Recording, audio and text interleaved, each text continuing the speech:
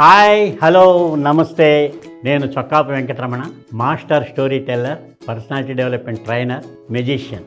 మనం ఎదుటి వాళ్ళకి మన మనసులో భావాన్ని చెప్పాలంటే స్పష్టంగా చెప్పాలి. అది కమ్యూనికేషన్ స్కిల్. కమ్యూనికేషన్ స్కిల్ ఉంటేనే మనం ఈ ప్రపంచంలో బతకగలం. అంతేకాకుండా కమ్యూనికేషన్ స్కిల్ అనేది తెలుసుకోవాలి, భాష తెలియాలి ఎదుటి వాళ్ళకి, మనం చెప్పే మాటల్లో స్పష్టత ఉండాలి. అలాగే కమ్యూనికేషన్ అనేది వెంటనే దాన్ని అమలుపరచకపోతే చాలా ప్రమాదాలు వస్తాయి. దానికి ఒక చిన్న కథ చెప్తా. రాజారావుకి ఉన్నట్టుండి గుండె నొప్పి వచ్చింది. వెంటనే హాస్పిటల్లో చేర్చారు. డాక్టర్లు హడావుడి చేశారు, బెడ్ మీద పడుకోబెట్టారు, ఆక్సిజన్ పెట్టారు. ఈ విషయం సోషల్ మీడియా ఉందిగా, వెంటనే ఆ బంధువులకి స్నేహితులకి అందరికీ తెలిసిపోయింది. అందరూ పొలోమని హాస్పిటల్కి వచ్చారు. బోర్ నేర్చేవాళ్ళు, మొత్తుకునేవాళ్ళు, రకరకాల మనుషులు. ఆ గదంతా నిండిపోయింది, సీట్లన్నీ నిండిపోయినాయి, టేబుల్స్ నిండిపోయినాయి. ఇంకా చివరికి ఆ పేషెంట్ పడుకున్న బెడ్ కూడా నిండిపోయింది. ఆ పక్కన కూర్చున్నారు చాలామంది. అయితే ఇంకా వాళ్ళని వద్దని చెప్పలేదు డాక్టర్.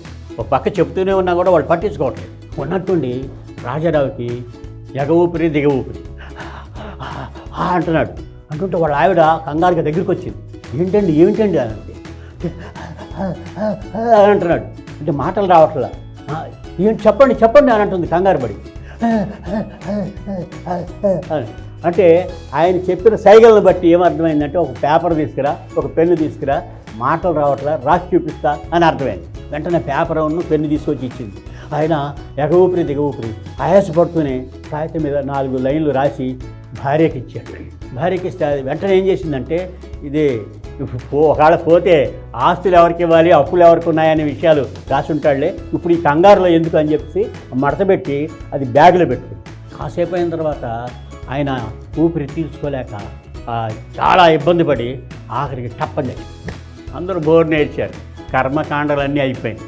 అంతా అయిపోయిన తర్వాత ఎవరి దారిని వాళ్ళు వెళ్ళిపోయాక భార్యకి గుర్తొచ్చింది. ఆ కాగితం మీద ఏమి రాశాడో, ఈ అప్పులు, ఆ ఆస్తుల వివరాలు ఏమైనా ఉన్నాయో అని చూసి షాక్ తినది. ఏముందో తెలుసా దాని మీద? ఒకసేపు పిచ్చి మామా, మీ అన్నయ్య నా ఆక్సిజన్ ట్యూబ్ మీద కూర్చున్నాడే, త్వరగా లేవని చెప్పవే, నాకు ఊపిరి రావట్లేదు, దౌర్భాగ్యురాలా అని రాసింది. ఇంకేమంటుంది? వెంటనే ఆ కాగితం రాసి ఇవ్వంగానే వెంటనే చదివి ఉంటే వెంటనే జాగ్రత్తలు తీసుకునేది, బతికేవాడేమో. ఇలాగా మనం ఈ రిటర్న్ కమ్యూనికేషన్ అనేది వెంటనే మనం దాన్ని ఫాలో అవ్వకపోతే ఇలాంటి ప్రమాదాలు జరుగుతాయి, ప్రాణాలు కూడా పోయే అవకాశం ఉంది. అదనమాట కమ్యూనికేషన్ అనేది. ఒక మాట్లాడడమే కాదు, రాసి చూపించడం కూడా ఉంది. అంతేకాదండి, ఇంకా కొందరు కమ్యూనికేట్ చేసేటప్పుడు చాలా ఇబ్బంది పడుతూ ఉంటారు. ఇట్లాగే కుటుంబరావు అనే ఒక ఆయనకి లాటరీ టికెట్లు కొనే అలవాటు ఉంది. ఏం చేశాడు, ప్రతిసారి లాటరీ టికెట్లు కొంటూ ఉంటాడు. చాలా సంవత్సరాల నుంచి కొంటున్నాడు. ఒకసారి 100 రూపాయలు, ఒకసారి 1000 రూపాయలు, ఒకసారి 2000 రూపాయలు తప్ప అతనికి లక్షల్లో రాలే. ఉన్నట్టుండి ఒకసారి ఏమైందో తెలుసా, 10 లక్షలు తగిలింది లాటరీలో.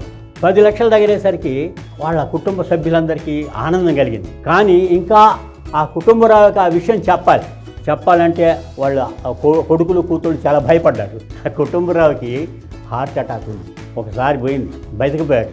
ఈసారి కానీ ఈ 10 లక్షలు వచ్చిందని చెప్తే గుండె ఒక్కసారిగా ఆగిపోతుందని భయమేసి ఫ్యామిలీ డాక్టర్ని పిలిచారు. డాక్టర్ గారు రండి అని ఫ్యామిలీ డాక్టర్ వచ్చాడు. ఏమైంది చెప్పండి, ఏమిటి నాన్నగారికి ఎలా ఉందని? నాన్నగారికి బాగానే ఉంది, ఆరోగ్యంగానే ఉన్నారు. మరి ఏంటి, ఎందుకు పిలిచారు నన్ను అన్నాను. ఏం లేదు డాక్టర్ గారు, మా నాన్నగారికి లాటరీలో 10 లక్షలు వచ్చింది. ఆ 10 లక్షలు వచ్చిన విషయం ఆయనకి చెప్పామనుకోండి, అసలే గుండె వీకు, తప్పని చచ్చిపోతే చాలా ప్రమాదం కదా. అందుకనే ఆయనకి ఎలా చెప్పాలో మాకు అర్థం కావట్లేదు. అంచేత మీరు చాలా జాగ్రత్తగా ఆయనకి ఈ విషయం చెప్పాలి డాక్టర్ గారు అన్నారు.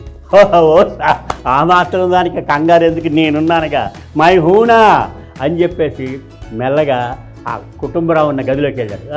కుటుంబరావు గారు ఎలా ఉన్నారు అని అన్నాడు. అంటే చాలా బాగున్నాను డాక్టర్ గారు, ఏంటి ఇలా వచ్చారు అన్నాడు. ఏమి లేదండి, మీరు లాటరీ టికెట్లు కొంటున్నారు కదా అన్నాడు. కొంటున్నా, బాగా వచ్చినాయా డబ్బులు అన్నాడు. ఏముంది, 100, 200, 500, 1000 రూపాయలకి మించి రాలేదు ఇంతవరకు, 15 ఏళ్ల నుంచి కొంటున్నా అన్నాడు. అసలు మీరు కొన్న లాటరీ టికెట్కి మీకు లక్షల్లో వచ్చినాయి అనుకోండి అన్నాడు. మనకి రావులేండి, అంత అదృష్టం లేదు అని అన్నాడు. పోనీ 1,00,000 రూపాయలు వచ్చింది అనుకోండి, అప్పుడు ఏం చేస్తారు అన్నాడు. ఏం చేస్తాను, చిన్న స్కూటర్ కొనుక్కుంటాను, అటు ఇటు దగ్గరలో తిరగడానికి పనికి వస్తుంది కదా, స్కూటర్ కొంటాను. పోనీ 2 లక్షలు వచ్చినాయి అనుకోండి, అప్పుడు ఏం చేస్తారు అన్నాడు. మా చిన్న కూతురు ఎప్పటి నుంచో అడుగుతుంది ఒక నగ చేయించి పెట్టమని.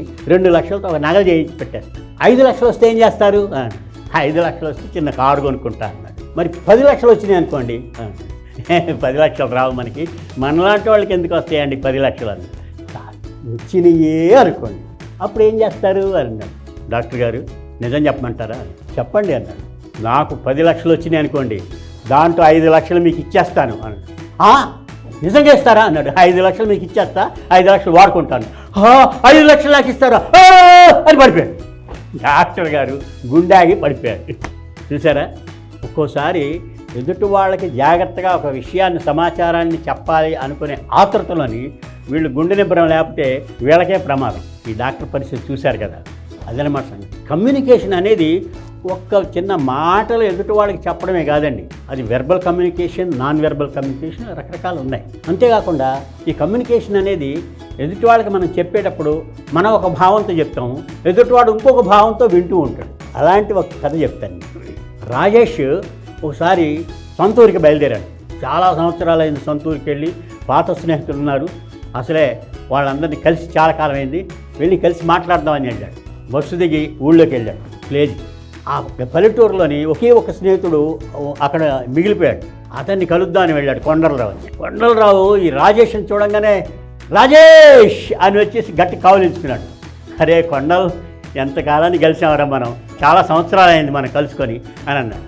అంటే అరే నువ్వు ఎట్లాగ వచ్చావు కదా, మనం మందు కొడుతూ మాట్లాడుకుందాం అని అన్నాడు. మందు అనగానే నాలుగు మడతపడింది రాజేష్కి. వెంటనే త్వరగా బయలుదేరు అన్నాడు. వెంటనే సైకిల్ తీశాడు. సైకిల్ ఎందుకు అన్నాడు. సైకిల్ మీద అలా ఊరి బయటకు వెళ్ళిపోదాం అని అన్నాడు. ఓకే, అక్కడ ప్రవేశం ఉంటుంది కదా అనుకున్నాడు. త్వరగా పదరా, నువ్వు మందు కొడుతూ మాట్లాడుకుందాం అనగానే నాకు నాలుక మడతపడి ఎప్పుడా అనే ఆతృతగా ఉంది అన్నాడు. ఇద్దరు సైకిల్ మీద వెళ్ళారు. దుంపదేగా వాడు పొలానికి తీసుకెళ్ళి పొలానికి మందు కొట్టించాడు. ఇది వీడు అనుకున్నదేమో ఒకటి, వాడు చెప్పింది ఒకటి.